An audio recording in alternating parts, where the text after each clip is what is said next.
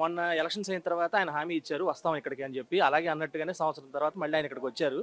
ప్రజల దగ్గరికి వచ్చి వాళ్ళ అసలు ప్రజలు నాడు ఎలా ఉంది ఏంటి, వాళ్ళకి పథకాలన్నీ అందుతున్నాయా లేదా అని చెప్పేసి ఆయన ఒక ఎంక్వైరీ కోసం వచ్చారు.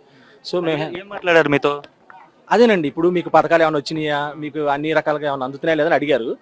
మీరు ఇక్కడే ఉంటారు కదా, మీ చుట్టుపక్కల వాళ్ళకి నిజంగా పథకాలు వస్తున్నాయా?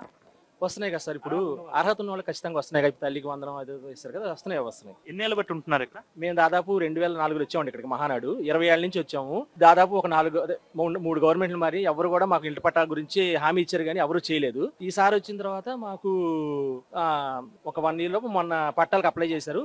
దాదాపు చాలా మందికి వచ్చినాయి. మాకు 2004లో వచ్చామని చెప్పి అప్పటి నుండి ఇట్లా ఏ ఎమ్మెల్యే అయినా మీ దగ్గరికి వచ్చి మీ సమస్యలు అడగడం కానీ, సమస్యలే కాకుండా పథకాలు వచ్చాయా రాలేదని కూడా అడగడం కానీ ఎవరైనా చేశారండి? అంటే ఇంతకుముందు వాళ్ళు డైరెక్ట్ ఎమ్మెల్యే గారు రాకుండా వాలంటీర్లు వచ్చేవాళ్ళు కదండి. వాళ్ళకి మా సమస్యలు చెప్పేవాళ్ళం. అక్కడ దాకా వెళ్ళేదో కూడా మాకు తెలిసేది కాదు. ఇప్పుడు నేను డైరెక్ట్ గా వచ్చారు కాబట్టి మేము డైరెక్ట్ చెప్పడానికి మాకు అవకాశం ఉంది. ఇంత ముందుకి ఇప్పటికి అదే తేడా, అది అలా ఉండేది. ఇప్పుడు డైరెక్ట్ ఈయన వచ్చారు కాబట్టి మాకు చెప్పడానికి అవకాశం ఉంది.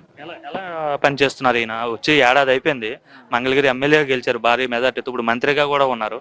ఏమైనా మార్పు వచ్చిందా మీ నియోజకవర్గంలో? ఖచ్చితంగా అండి. ఇప్పుడు మీకు కనిపిస్తుంది కదా, ఇప్పుడు నేను చెప్పేది ఏముంది, ఇక్కడ మీకు అన్ని కనిపిస్తున్నాయి.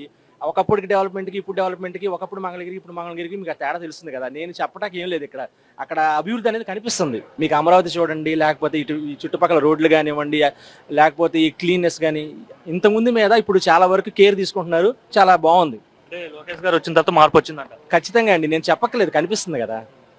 కుప్పం ఏమో చంద్రబాబు గారికి అడ్డా ఉంది, అట్లా మరి మంగళగిరి కూడా లోకేష్ గారికి అడ్డాగా మారబోతుందా? ఖచ్చితంగా అవ్వాలని కోరుకుంటున్నాం, చేస్తాం కూడా. మా సపోర్ట్ ఎప్పుడు సార్కే ఉంటుంది. అభివృద్ధి చేసి ఎవరికైనా సరే మేము సపోర్ట్ చేస్తాం.